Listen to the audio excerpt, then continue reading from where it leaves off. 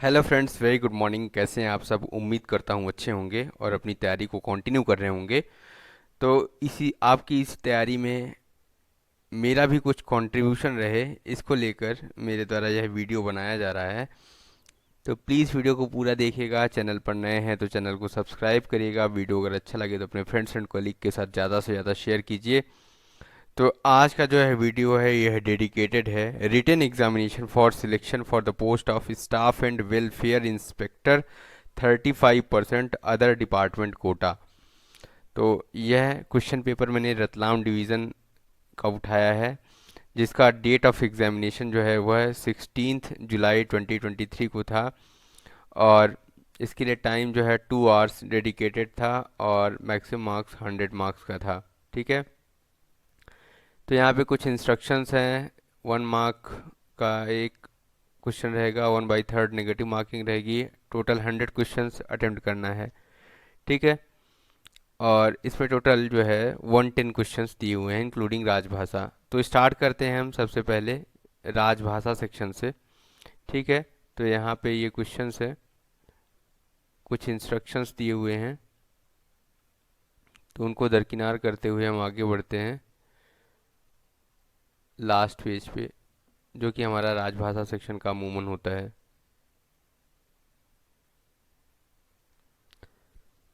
ठीक है। तो यहाँ पे सबसे पहला क्वेश्चन है, रेल कर्मचारियों की साहित्यिक प्रतिभा और अभिरुचि को प्रोत्साहित करने के उद्देश्य से हिंदी में कहानी, उपन्यास, नाटक एवं अन्य गद्य साहित्य के लिए कौन सा पुरस्कार दिया जाता है? तो बेसिकली कहानी, उपन्यास, नाटक एवं अन्य गद्य साहित्य के लिए जो है तो मुंशी प्रेमचंद अवार्ड जो है दिया जाता है। So option number A is the right answer, that is Munshi Premchand. Okay. Next question है 109। संविधान की 8वीं अनुसूची में प्रारंभ में कितनी भाषाओं को शामिल किया गया था? तो प्रारंभ में जो संविधान की 8वीं अनुसूची है उसके अंदर टोटल 14 लैंग्वेजेस थी, जिसको बाद में 22 किया गया। ठीक है। नेक्स्ट क्वेश्चन है, हिंदी में मौलिक पुस्तकें लिखने के लिए तकनीकी मौलिक लेखन नगद पुरस्कार योजना किसके नाम पर रखी गई है? तो मौलिक पुस्तकें लिखने के लिए जो तकनीकी मौलिक लेखन नगद पुरस्कार योजना है वह लाल बहादुर शास्त्री के नाम पर लिखी गई है, रखी गई है। ठीक है। 107 पे आते हैं, सांविधिक नियमों, विनियमों या आदेशों का अनुवाद कौन सा मंत्रालय करता है? गृह मंत्रालय, रेल मंत्रालय, विधि मंत्रालय या रेलवे बोर्ड? तो इसका आंसर हो जाएगा दैट इज गृह मंत्रालय। नेक्स्ट है क्वेश्चन नंबर 106, किस राज्य की भाषा अंग्रेजी है? तो नागालैंड, त्रिपुरा, असम और हिमाचल। तो इसका आंसर हो जाएगा नागालैंड। ठीक है। क्वेश्चन नंबर 105 है, किसी कर्मचारी को हिंदी में प्रवीणता प्राप्त माना जाएगा यदि स्नातक परीक्षा में अथवा स्नातक परीक्षा के समतुल्य या उससे उच्चतर किसी अन्य परीक्षा में हिंदी को एक वैकल्पिक विषय के रूप में लिया गया हो। तो बिल्कुल सही है। So option number A is the right answer, सही है। क्वेश्चन नंबर 104 की बात करेंगे, राजभाषा अधिनियम की कौन सी धारा है जो संसदीय राजभाषा समिति, ठीक है, means comity on official language के गठन से संबंधित है? धारा 3, धारा 4, धारा 5 और धारा 6। तो इसका आंसर हो जाएगा धारा 4। ठीक है। तो ऑफिशियल लैंग्वेज एक्ट 1963 का जो सेक्शन 4 है उसके अंदर हम ऑफिशियल लैंग्वेज कमेटी का गठन करते हैं। ठीक है। नेक्स्ट क्वेश्चन है क्वेश्चन नंबर 103, राजभाषा नियमों के अनुसार अंडमान एंड निकोबार द्वीप समूह किस क्षेत्र के अंतर्गत आते हैं? तो बेसिकली जो अंडमान एंड निकोबार द्वीप समूह है वह का क्षेत्र के अंतर्गत आता है। ठीक है। राजभाषा अधिनियम 1963 कब पारित हुआ? तो यह पारित हुआ 10 मई 1963 को। ठीक है। नेक्स्ट है, भारत की जनगणना 2011 के अनुसार भारत के संविधान की 8वीं अनुसूची में शामिल 22 भाषाओं में कौन सी भाषा सबसे कम लोगों द्वारा बोली जाती है? बोडो, मैथिली, डोगरी, संस्कृत। तो इसका आंसर हो जाएगा Sanskrit. So option number C is the right answer. C नहीं होगा, ये डी होगा। ठीक है। तो D is the right answer, that means Sanskrit. Which number of master circular related with promotion of non gazetted staff to non selection post. तो यहाँ master circular की बात की गई है, तो काफ़ी इम्पॉर्टेंट है, इसके बारे में भी जान लेना कि जो मास्टर सर्कुलर है हमारा 32, वह बताता है recruitment rules and recruitment of non gazetted staff. ठीक है, तो नॉन गेजेटेड स्टाफ का जो रिक्रूटमेंट है वह मास्टर सर्कुलर 32 में निहित है। इसके अलावा मास्टर सर्कुलर 33 की बात करें तो इसके अंदर एक्सटेंशन इन सर्विस है, जिसमें reemployment of railway servant after superannuation. तो ऐसे रेलवे सर्वेंट्स जो सुपर एनुएट हो गए हैं, रिटायर हो गए हैं, तो उनके एक्सटेंशन, सर्विस में एक्सटेंशन की बात की गई है मास्टर सर्कुलर 33 के अंदर। जो मास्टर सर्कुलर 34 है उसमें seniority of non gazetted staff की बात की गई है। मास्टर सर्कुलर 35 जो है वह रिटायरमेंट को लेके है।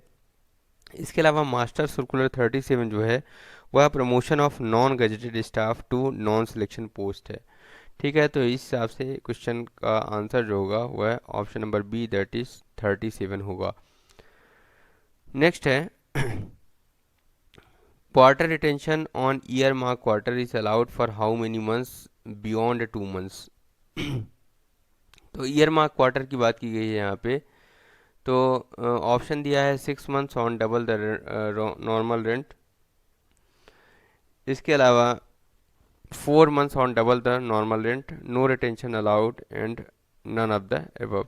तो इसके लिए जो ईयर मार्क क्वार्टर हैं तो उनके लिए तो वैसे रिटेंशन अलाउ नहीं होता, पर सर्टेन केसेस में जो है तो रिटेंशन अलाउ किया हुआ है फॉर एक्सेप्शनल केसेस, जैसे रेलवे बोर्ड के सीईओ हो गए या फिर मेंबर्स हो गए, और या और कई हाई ऑफिशियल्स हैं, तो उनके लिए जो है तो जैसे 2 मंथ्स हो गया, और इसके अलावा जो 4 months on the double the normal rent है तो उस पर हम जो है तो ईयर मार्क क्वार्टर को रिटेंशन कर सकते हैं। ठीक है, so option number B is the right answer, यहाँ पे बी होगा, 4 months on the double the normal rent. Next question है what will be the amount of composite transfer grant admissible to an employee with basic pay of 56,100 पर month who have been transfer to an station 100 kilometre away. ठीक है, तो इस case में आप सभी को पता है CTG, that is composite transfer grant, वह कितना होता है 80% ऑफ बेसिक पे होता है। तो 80% ऑफ बेसिक पे अगर हम निकालें तो इसका जो 80% आएगा that is 44,880 rupees. So option number D is the right answer. Next है क्वेश्चन नंबर 97 की बात करेंगे। पूछा जा रहा है what is the full form of CLA। तो CLA is nothing but a chief law assistant, so option number A is the right answer. ठीक है, नेक्स्ट क्वेश्चन है क्वेश्चन नंबर 96। क्वेश्चन नंबर 96 यहाँ पूछा जा रहा है in the case of an employment of a continuous nature the railway servant whose place of residence is beyond 1.6 kilometers from the place of duty, 7 hours of split duty shall be treated as equivalent to 8 hours of normal duty। ठीक है, तो कोई भी railway servants है जो continuous nature की job को कर रहा है और इस केस में अगर उसका जो प्लेस ऑफ रेसिडेंस है वह बियॉन्ड 1.6 किलोमीटर है, ठीक है, तो इस केस में और स्प्लिट ड्यूटी कर रहा है तो वह जो उसकी 7 आवर्स की ड्यूटी होगी वह 8 आवर्स की मानी जाएगी। यह बिल्कुल सही है। ठीक है, so option A is the right answer, that is true. Next है क्वेश्चन नंबर 95 की बात करेंगे। For a station to be classified as a road side station it should not have which are these features. तो road side station की बात करेंगे, ठीक है, तो एन इम्पॉर्टेंट जंक्शन स्टेशन, ठीक है, station with marshalling yard, an important terminal station, a station from which trains are ordered as a regular measure. ठीक है, तो ऐसे स्टेशन को हम रोड साइड स्टेशन बोलेंगे अगर ये चारों क्राइटेरियाज को फुलफिल करते हैं। ठीक है, for a station to be classified as a road side station, ठीक है, रोड साइड स्टेशन क्लासीफाई करेंगे, ठीक है, अगर ये चारों क्राइटेरिया नहीं होगा, ठीक है, तो उसके अलावा it should not have this feature. ठीक है, तो रोड साइड स्टेशन मतलब एन इम्पॉर्टेंट जंक्शन नहीं होगा। ठीक ठीक है। अगर कोई इंपॉर्टेंट जंक्शन है तो रोड साइड स्टेशन नहीं होगा, या इम्पोर्टेंट कोई मार्शलिंग यार्ड है तो नहीं होगा, टर्मिनल स्टेशन है तो नहीं होगा, या कोई स्टेशन है जहाँ से कई ट्रेन जो है फ्रिक्वेंट रेगुलर मीजर पे ऑर्डर होती हैं, तो all of the is the right answer. Next question है, क्वेश्चन नंबर 94 की बात करेंगे। As per H O E R 2005, long on measures means a period of duty over dash dash hours in the case of intensive worker, over dash dash hour in the case of continuous worker, and over the dash dash hour in the case of essentially intermittent workers। तो hours of work and period of rest या hours of employment regulation rules 2005 की अगर बात करें तो इसके अंदर जो इंटेंसिव वर्कर्स हैं उनके लिए लॉन्ग ऑन 8 घंटे है, और कॉन्टीन्यूस वर्कर के लिए 10 घंटे है, और इजेंशियली इंटरमिटेंट वर्कर्स के लिए जो है ये है 12 घंटे है। So option number A is the right answer for this question. Question number 93 की बात करेंगे। The employment of all railway servants except those excluded by ministry of railway are assumed as intensive, continuous, excluded and none of the above. तो जिनको एक्सक्लूड किया गया है, the employment of all railway servants except those excluded by ministry of railways और assumed as excluded categories. Okay, 92 पे आएंगे। When the suspension period of a railway servant partially cover the calendar month, the transport allowance will B.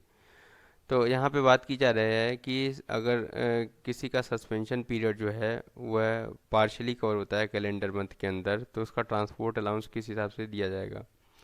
क्योंकि suspension के दौरान जो है transport allowance का coverage किया जाता है ऑन द प्रो रोटा बेसिस, ठीक है। तो जितना प्रपोर्शनेट रेट रहेगा या जिस आधार पर वह जितने दिन के लिए गया है उस दिन तक का, वह उस दिन तक का वो जो है तो उसको ट्रांसपोर्ट अलाउंस दिया जाएगा, ठीक है।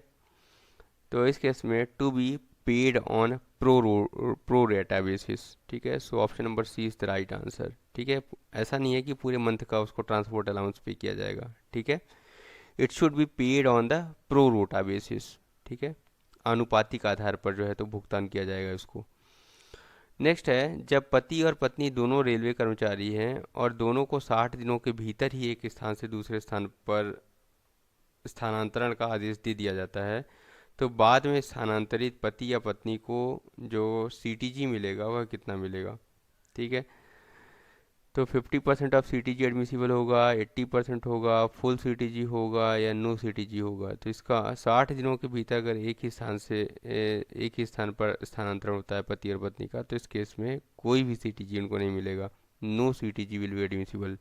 ओके, नेक्स्ट है 90 पे आते हैं। यहाँ पे CEA Children Education Allowance will not be payable if the child fails in the academic session for the which CEA is being claimed। देखिए यहाँ पे काफ़ी इम्पोर्टेंट पॉइंट है ये कि चिल्ड्रन एजुकेशन अलाउंस जो है उसको वह चिल्ड्रन की परफॉर्मेंस के बेस पर नहीं दिया जाता है, ठीक है। अगर कोई बच्चा है, अगर वह फेल होता है किसी भी उस क्लास में या उस एकेडमिक सेशन में, तो ऐसा नहीं है कि उसको चिल्ड्रन एजुकेशन अलाउंस नहीं दिया जाएगा, ठीक है। तो यह जो है बिल्कुल फॉल्स स्टेटमेंट है। So option number B is the right answer for this question, ठीक है। तो चिल्ड्रन एजुकेशन अलाउंस जो है उसको ग्रांट होगा अगर वह फेल होता है।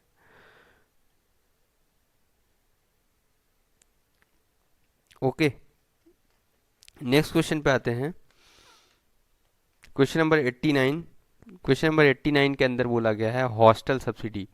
तो hostel subsidy is only applicable in respect of child who is studying in a residential educational institution which is at least dash kilometer away from the residence of the railway employee, ठीक है। तो उसके लिए जो है वह कम से कम 50 kilometre दूर होना चाहिए, ठीक है। जो रेलवे कर्मचारी के निवास से कम 50 किलोमीटर की दूरी पर है, तभी उसको हॉस्टल सब्सिडी मिलेगी उसके बच्चे को। Reimbursement of children education allowance will be dashed as the rate of normal children education allowance for दिव्यांग चिल्ड्रन। तो दिव्यांग चिल्ड्रन के लिए जो CEA की राशि है वह 4500 रुपये है अभी करंट में। दैट मीन्स नॉर्मल रेट जो है 2250 रुपये है, तो इस हिसाब से वह डबल हो जाता है। ठीक है, नेक्स्ट क्वेश्चन पे आते हैं। क्वेश्चन नंबर 87 की बात करेंगे। Which of this not a compulsory deduction from the subsistence allowance. तो सब्सिस्टेंस अलाउंस से कौन सी डिडक्शन जो है वह कंपलसरी डिडक्शन नहीं है। Income tax, amounts due to court attachments, repayment of loans and advances taken from government. तो इसका आंसर हो जाएगा दैट इज HRA। ठीक है, so option number C is right answer. Next है, if ADRM is disciplinary authority who will be acting as an appellate authority. ठीक है, तो अगर ADRM जो है वह डिसिप्लिनरी अथॉरिटी है तो इस केस में अपीलेट अथॉरिटी कौन होंगे। If ADRM is disciplinary authority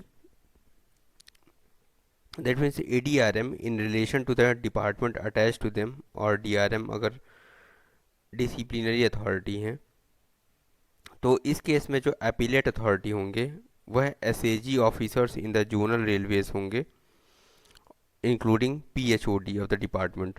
तो इसका आंसर जो होगा दैट इज कंसर्न्ड PHOD। ठीक है, so option number C is the right answer. Okay, और अगर हम बात करें यहाँ पे, अगर हमारे जो डिसिप्लिनरी अथॉरिटी SAG ऑफिसर्स इन जोनल रेलवेज हैं, ठीक है, जैसे PHOD अगर डिसिप्लिनरी अथॉरिटी हैं, तो इस केस में जो अपीलेट अथॉरिटी होंगे वह AGM in relation to the department. ठीक है, AGM होंगे। कौन होंगे? AGM होंगे। ठीक है, और अगर AGM डिसिप्लिनरी अथॉरिटी हैं तो इस केस में railway board will be the appellate authority. अगर रेलवे बोर्ड जो है डिसिप्लिनरी अथॉरिटी है, ठीक है, तो इस केस में जो अपीलेट अथॉरिटी फाइनली वह प्रेसिडेंट होंगे। ठीक है,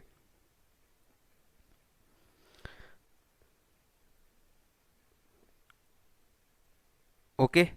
इसके अलावा अगर senior scale and assistant officers हैं, अगर अपीलेट अथॉरिटी हैं, तो इस केस में JAG जो होंगे वह अपीलेट अथॉरिटी होंगे। ठीक है, अगर JAG हैं डिसिप्लिनरी अथॉरिटी तो इस केस में ADRM will be the appellate authority. ठीक है, तो लगभग हमने सभी पॉइंट्स कवर कर लिए। तो इसके according concern PHOD is the right answer. Next है 85, when it is not practical to hold an inquiry under D&AR under which rule can be employ be removed और डिसमिस्ड डायरेक्टली। तो काफ़ी माना जाना क्वेश्चन है, काफ़ी घिसा पिटा क्वेश्चन है, दैट इज़ रूल 14(2). नेक्स्ट है, which are these is not a project develop by CRIS. FOIS freight operation information system FOIS ने करा है। HRMS human resource management system करा है। ठीक है, PMS की बात करें तो PMS is parcel management service. ठीक है, तो इसको भी जो है तो क्रिस द्वारा डेवलप किया गया है। ठीक है, इसके अलावा unique medical IT that is a unique initiative of south Central railway.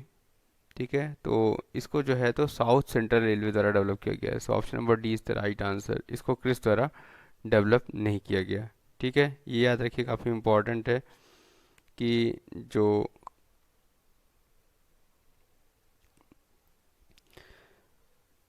PMS है, मैंने सर्विस बोल दिया था। PMS is nothing but parcel management system. ठीक है, तो पार्सल मैनेजमेंट सिस्टम है, इसको क्रिस एंड थिनवेंथ द्वारा इसको डेवलप किया गया है।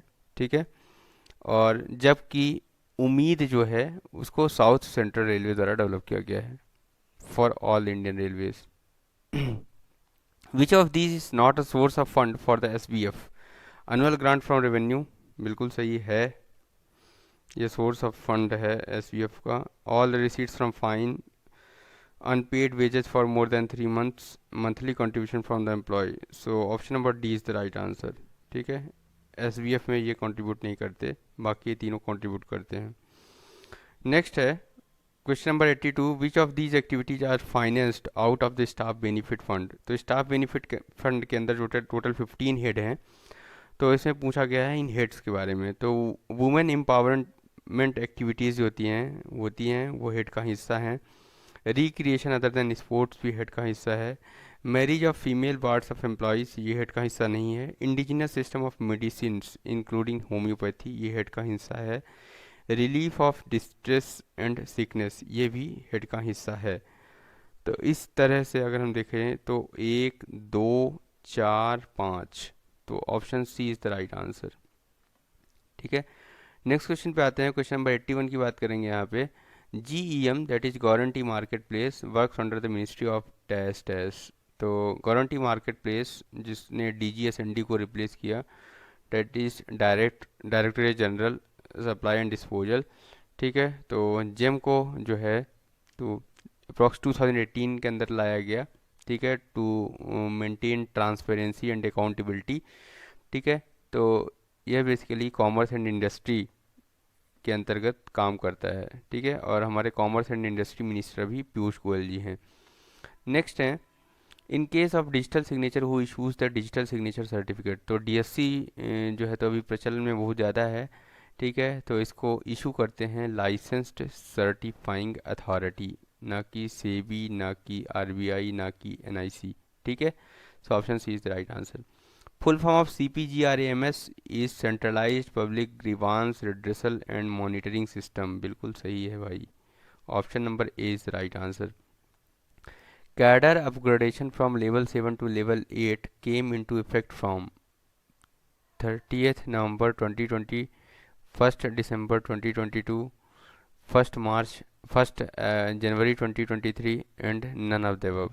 तो यहाँ पे कैडर अपग्रेडेशन की अगर बात करें यहाँ पे, तो इसको अनाउंस कर दिया गया था ऑन द 17th नवंबर 2022, और जो इसके लिए RB नंबर है दैट इज 155/2022। तो इसका answer none of the above होगा। नेक्स्ट है, the rules relating to giving और taking of the dowry is contained in the rule number dash dash of the railway service conduct rule 1966। तो इसका answer हो जाएगा that is दहेज लेने देने से संबंधित नियम, रेल सेवा आचरण नियम 1966 के नियम संख्या कौन सा है, 13A। रूल नंबर 13 आपको बताया था मैंने। इसके लिए मेरा जो रेलवे सर्विस कंडक्ट रूल भी मैंने मल्टीपल चॉइस क्वेश्चंस के सेट्स दे रखे हैं आपको, तो उसको ज़रूर देखिए। मैंने उसको 2 वीडियोस में कवर किया हुआ है। ठीक है, तो 13A जो है ये बेसिकली डाउरी को लेके है, 13 जो है वह गिफ्ट्स को लेके है। ठीक है, इसके अलावा अगर हम बात करें क्वेश्चन नंबर 76 क्या दिया है, 60 days of special maternity leave can be granted to female railway employees in case of death of a child soon after birth और still birth. In this what is the definition of death soon after birth. ठीक है, तो special maternity leave का provision जो है वह 60 days का है for the female railway employees. ठीक है, और किस केस में वह दिया जाता है, अगर उसने बच्चे को जन्म दिया है और जन्म से 28 दिन बाद, ठीक है, अगर 28 दिन के अंदर अगर वह उस बच्चे की मृत्यु हो जाती है, तो इस केस में जो है तो उसको स्पेशल मैटरनिटी लीव दिया जाएगा 60 डेज़ का। So up to 28 days after birth. So option number A is the right answer. Next है, which of these implied behavior may also amount to sexual harassment as per the Sexual Harassment Act 2013 या 2013। The implied or explicit promise of a preferential treatment in her employment। तो उसके रोजगार में अधिमान्य उपचार का निहित या स्पष्ट वादा। Interference with the her work और क्रिएटिंग एन इंटिमिडेटिंग और ऑफेंसिव और hostile work environment for her. तो इस केस में दोनों ऑप्शन जो हैं सही हैं, both A and B is correct. Next है क्वेश्चन नंबर 74 की बात करेंगे। Can any person with information about a sexual harassment incident file a complaint with the internal complaints committee. तो देखिए, सेक्सुअल हरासमेंट एक्ट 2013 है, उसके अंदर हम 2 तरह की कमेटी देते हैं। एक इंटरनल कंप्लेंट कमेटी होती है और एक कमेटी होती है जिसके अंदर अगर कोई ऑर्गेनाइजेशन है जिसमें वुमेंस जो हैं वह उनकी संख्या कम है, 10 से कम है, तो इस केस में वहाँ पे लोकल कंप्लेंट्स कमेटी, तो ICC और LCC, दो तरह की कमिटीज़ हम देखते हैं इसके अंदर। तो लोकल कंप्लेंट्स कमेटी होती है for the women's employees having less than 10। तो हाँ, अगर कोई भी पर्सन जो है, जो जिसको यह पता लगता है कि सेक्सुअल हरासमेंट की जानकारी उसको लगती है, तो वह फाइल कर सकता है complain with the internal complaints committee.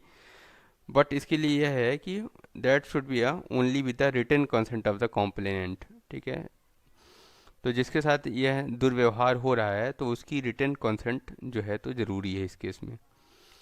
Next है इंडस्ट्रियल डिस्प्यूट की बात करेंगे यहाँ पे। As per the industrial dispute act 1947 is a dispute between employer and workman, employer and workman and workman. Option A and B, only A. Only A की जगह यहाँ पे क्या कोई नहीं लिखा है, मे भी हो सकता है करेक्शन करवाया हो यहाँ पे। तो इंडस्ट्रियल डिस्प्यूट एक्ट 1947 के तहत अगर हम बात करें यहाँ पे, तो जो डिस्प्यूट है दैट में भी या एम्प्लॉयर एंड वर्कमैन हो सकता है, या वर्कमैन एंड वर्कमैन हो सकता है, या एम्प्लॉयर एंड एम्प्लॉयर हो सकता है। तो तीनों तरह के केसेस जो हैं जो इसमें कवर होते हैं। तो इसमें जो है दो केसेस हैं, तो both A and B are covered under this. Next है एम्प्लॉयर एंड एम्प्लॉयर भी जो है इसमें कवर होता है। क्वेश्चन नंबर 72 की बात करेंगे। Indian railway is the world largest rail network under one management. बिल्कुल सही है। ठीक है, तो it is a world largest rail network under one management. ठीक है, नेक्स्ट है विच of these is not a member railway board designation. तो चार रेलवे बोर्ड के अंदर हम बात करें तो 4+1 है। That means 4 railway board member plus 1 CRB and CU। ठीक है, तो मेंबर फाइनेंस बिल्कुल सही है, मेंबर TRS बिल्कुल सही है, मेंबर OBD बिल्कुल सही है, और मेंबर इंफ्रास्ट्रक्चर एक है, ना कि member safety. So option number C is the right answer, ये जो है सही नहीं है। नेक्स्ट क्वेश्चन पे बात करेंगे, क्वेश्चन नंबर 70 की। The first pod hotel over Indian railways was launched eight which railway station. तो पहला जो पॉड होटल है वह लॉन्च किया गया कौन से जगह पे। ठीक है, तो पॉड होटल का जो कॉन्सेप्ट है वह बेसिकली जापान से आया हुआ है। और इसके अंदर अगर हम बात करें तो एक कैप्सूल लाइक रूम्स होते हैं, जैसा कैप्सूल टाइप के रूम होते हैं। ठीक है, और इसको फर्स्ट टाइम इनोग्रेट किया गया by the minister of state of Indian Railway on the date 17 November 2021 को। ठीक है, जिसके अंदर जो है तो अगर हम यह फैसिलिटी जो है तो मुंबई सेंट्रल रेलवे स्टेशन पे दी गई है अभी। ठीक है, option number B right answer होगा। इसके अंदर हम 999 रुपये में जो है तो 12 घंटे के लिए कैप्सूल बुक कर सकते हैं या पॉड होटल बुक कर सकते हैं। इसके अलावा 1999 में जो है तो 24 आवर के लिए बुकिंग होगी।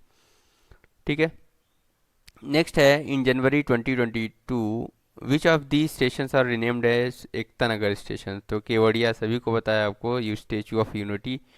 ठीक है, तो इस स्टेशन का नाम जो है केवड़िया स्टेशन था पहले, और अभी इसे एकता नगर स्टेशन बना दिया गया या रख दिया गया। The Kavach system used by Indian Railways is associated with which are the following. तो कवच सिस्टम जो है इंडियन रेलवेज के अंदर वह बेसिकली एंटी कोलिजन सिस्टम होता है। ठीक है ना, तो ये भी काफ़ी इंपॉर्टेंट है कवच सिस्टम। इसके अलावा in which year was the railway budget was presently separated from the general budget, and in which year was it presented combined with the general budget again. तो जो जनरल बजट है और railway budget है उनके बीच का जो separation है वह अकबर्स कमेटी की रिकमेंडेशंस पर किया गया था in the year 1924, and in the same manner it was combined again by the present government. और इसके लिए जो रिकमेंडेशंस है वह है विवेक देवराय कमेटी, जो कि नीति आयोग के थे, तो उनके द्वारा दिया गया था। और 2016 के अंदर इसको जो है तो इसकी घोषणा की गई, और 1 फरवरी 2017 को mister Suresh Prabhu, that time MR, जिन्होंने इसको पेश किया था। ठीक है, सो 1924 और 2017 जो है तो इसका राइट आंसर होगा। नेक्स्ट क्वेश्चन है India has a rail links with Bangladesh. बिल्कुल सही है भाई, इंडिया का जो है तो बांग्लादेश के साथ रेल लिंक्स है। बहुत सारे जो हमारे गुड्स ट्रेन हैं, ठीक है, वह बांग्लादेश में बहुत सारा एक्सपोर्ट करते हैं। इसके अलावा अगर हम बात करें तो हमारी तीन जो है एक्सप्रेस ट्रेन्स भी चलती हैं यहाँ पे। अगर उनका नाम जैसे मैत्री एक्सप्रेस हो गया, मैत्री एक्सप्रेस कोलकाता से ढाका के बीच चलती है। बंधन एक्सप्रेस जो होता है कोलकाता से खुलना के बीच चलती है। मिताली एक्सप्रेस जो है अभी स्टार्ट करा है न्यू जलपाईगुड़ी से ढाका के लिए। तो बिल्कुल India has a rail links with Bangladesh, ये बिल्कुल सही है। ठीक है, नेक्स्ट क्वेश्चन पे आते हैं। Calculate DCRG at a time of superannuation pay 36,500 DA 12% qualifying service 30 years. ठीक है, तो DCRG कैलकुलेट करने का फॉर्मूला आप सभी को पता होगा। ठीक है, तो DCRG कैलकुलेट करने का फॉर्मूला क्या है, दैट इज जो भी बेसिक पे है आपका प्लस DA, दैट मीन्स आपका जो भी सैलरी रहेगा, ठीक है, eight the time of retirement की अगर बात करें तो वो हो गया। उसको हम क्या करते हैं, मल्टीप्लाई करते हैं। उसको मल्टीप्लाई करेंगे अपन, या ऐसे बोलें कि बेसिक पे जो भी हुआ, बेसिक पे इंटू आपका जो DA हुआ, और आपका जो QMS है, दैट मीन्स जो भी क्वालिफाइंग सर्विस है उसको हम क्या करेंगे 6 मंथली कर देंगे। तो 6 मंथली क्वालिफाइंग सर्विसेज होगा, और यह 6 मंथली क्वालिफाइंग सर्विस जो है वह 66 से ज़्यादा नहीं होगा। ठीक है, तो जल्द से क्वालिफाइंग सर्विस यहाँ पे 30 ईयर्स है, तो इट विल बी अ, हाँ, 6 मंथली क्वालिफाइंग सर्विस कितना हो जाएगा 60 ईयर्स, है ना। तो इस हिसाब से 36,500 इंटू 112/100 गुड़े कितना आ जाएगा 60। ठीक है, तो ये नंबर हो गया, और यह नंबर जो होगा आपका वह DCRG होगा at the time of superannuation. ठीक है, या यह नंबर अगर हम बात करें तो DCRG जो होगा वह आपका जो भी लास्ट ड्रॉन सैलरी है उससे 16.5 गुना से ज़्यादा नहीं हो सकता। ठीक है, तो 16.5 करेंगे अगर, तो इसका आंसर दैट इज़ 6,74,520 हो सकता है। ठीक है, नेक्स्ट क्वेश्चन पे आते हैं यहाँ पे। What is the full form of MDDTI? तो it is nothing but a multi disciplinary divisional training institutes. Option A is the right answer. Next is a question number 63 पूछा है, PRAN allotted to each employ under NPS stands for permanent registration account number, true और false? तो NPS के अंदर जो प्रान होता है, तो प्रान में जो R होता है that is a retirement account number होता है, परमानेंट रिटायरमेंट अकाउंट नंबर, जो कि 12 डिजिट का एक यूनिक नंबर होता है। ठीक है, 12 संख्या का होता है। तो it is not true but rather it is false. Next question है, upper age relaxation, sorry, RBE 218/2019 is related to which subject of personnel department? तो RBE 218 की अगर बात करें तो इसके अंदर जो है तो कॉम्पैशनेट ग्राउंड अपॉइंटमेंट मिलता है to a second wife and her wards. तो जो भी उसके पत्नी है, दूसरी पत्नी, और उसके जो आश्रित हैं, ठीक है, तो उनको जो है कॉम्पैशनेट ग्राउंड अपॉइंटमेंट मिलता है RBE 218/2019 के अंदर। प्लानेट 53 किसकी बात करता है? तो प्लानेट 53 जो है वह बात करता है पैसेंजर एमिनिटीज़ की। ठीक है, so this is the right answer. Next है, विच ISO standard is for quality management system? तो गुणवत्ता प्रबंधन के लिए जो है ISO 9000 है। ठीक है, 9001 भी है, ISO 9001 2015 is a quality management system. ठीक है, नेक्स्ट है, as per HOER the category of WLI is. यह क्वेश्चन मैं आपके लिए छोड़ रहा हूँ यहाँ पे, कि प्लीज़ कमेंट बॉक्स में बताएं HOER कैटेगरी के अंदर, HOER कैटेगरी में जो WLI है वह कौन सी कैटेगरी आएगी? Intensive, continuous, excluded, none of the above. Next है, APAR का फुल फॉर्म बताइए। तो APAR is nothing but a annual performance appraisal report, annual performance appraisal report. Option number B is the right answer. Okay, next है, what is the standard form use for deemed suspension? तो deemed suspension के लिए standard form जो है SF2 है। ठीक है, SF1 जो है सस्पेंशन के लिए है। ठीक है, SF5 जो है वह है major penalties, SF11 minor penalties. और कौन सा फॉर्म है, स्टैंडर्ड फॉर्म है जो कि नॉमिनेट इन्वेस्टिगेटिंग ऑफिसर्स को नॉमिनेट करने के लिए इशू किया जाता है? SF5, SF1, SF7, SF2। तो इसका आंसर हो जाएगा by method of elimination we can tick the answer SF7। ठीक है, SF1, SF2, SF5 सभी को पता रहता है जनरली। इसके बाद अगर बात करें, हाउ मच पे element shall be record for the calculation of PF contribution of running staff. तो रनिंग स्टाफ का जो PF कंट्रीब्यूशन है दैट इज द 30%।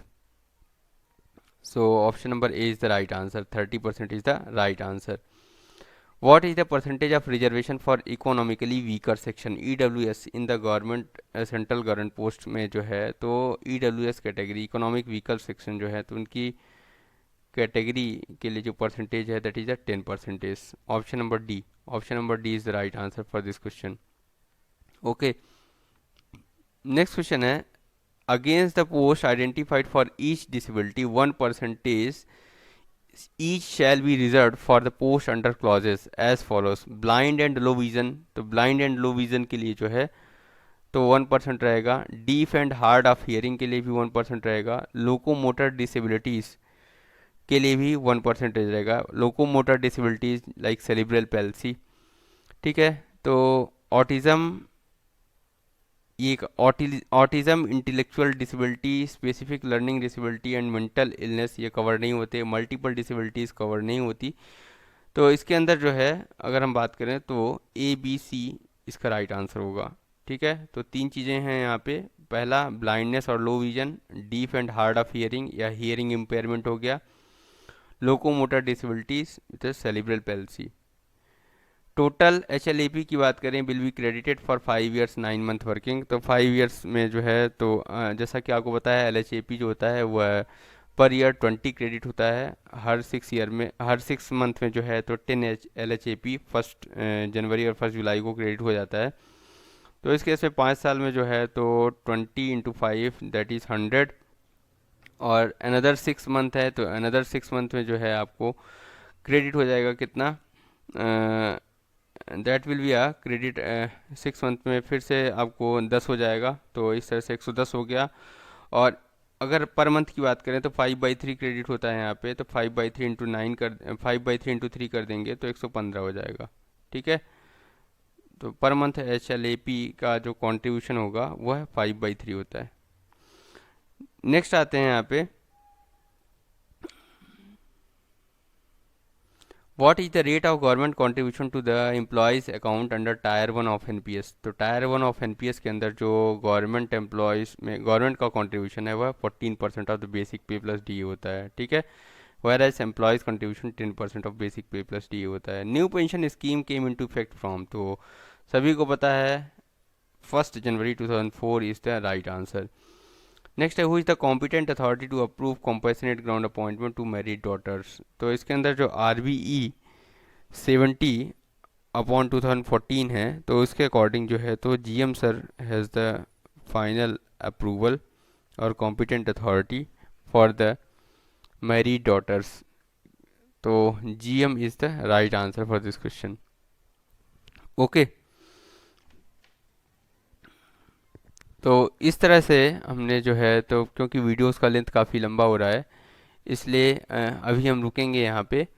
हमने टोटल इस पेपर के क्वेश्चन नंबर 49 से 110 तक के क्वेश्चंस को सॉल्व करा। वीडियो अगर अच्छा लगा हो तो प्लीज़ वीडियो को लाइक करें, चैनल पर नए हैं तो चैनल को सब्सक्राइब करें, और वीडियो से जुड़ा अगर कोई सजेशन है तो कमेंट बॉक्स में ज़रूर लिखें, या कोई ऐसा आंसर जो मेरे द्वारा गलत बता दिया गया हो तो, और उसके करेक्शन के लिए जो है तो आप कई लोगों का भला कर सकते हैं। तो ऐसे करेक्शंस को भी आप कमेंट बॉक्स में दर्ज करें जिससे मैं उसको पिन अप करके और लोगों का भला कर सकूं।